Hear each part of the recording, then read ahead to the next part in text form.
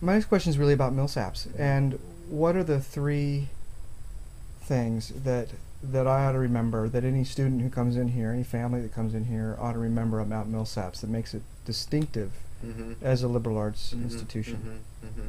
Well, I think first of all, and this is a bit more broad, then I'll get detailed on specific programs that might make us Mm-hmm. unique. But generally, this is going to be a place where students who are interested in engaging in something bigger than just their degree program, this would be a good place for them. I mean, the central ethos of campus here is one of service, and so I don't run into a lot of students who don't have that as a part of their resume coming in, as a part of their experience of who they are as a person. And so that's one thing. I mean, there'd be an expectation here that students are going to be interested in something that's bigger than just their own personal cause. That they're going to impact people around them, not just in the Jackson community, but when they go back home, and certainly when they graduate after 4 years.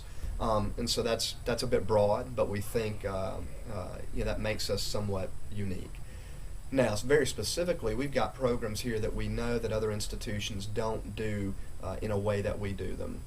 For instance, there are about 80 schools out there that got endowments from the Lilly Foundation, Right. and we used our money to structure something called the Faith and Work Initiative, and it very intentionally, very purposely links students in terms of who they are, their motivation, what they feel sort of called to do, and attempts to ask them questions and have them take a class called the Meaning of Work, go through very interactive learning that in essence helps them connect the dots between who they are and their vocation.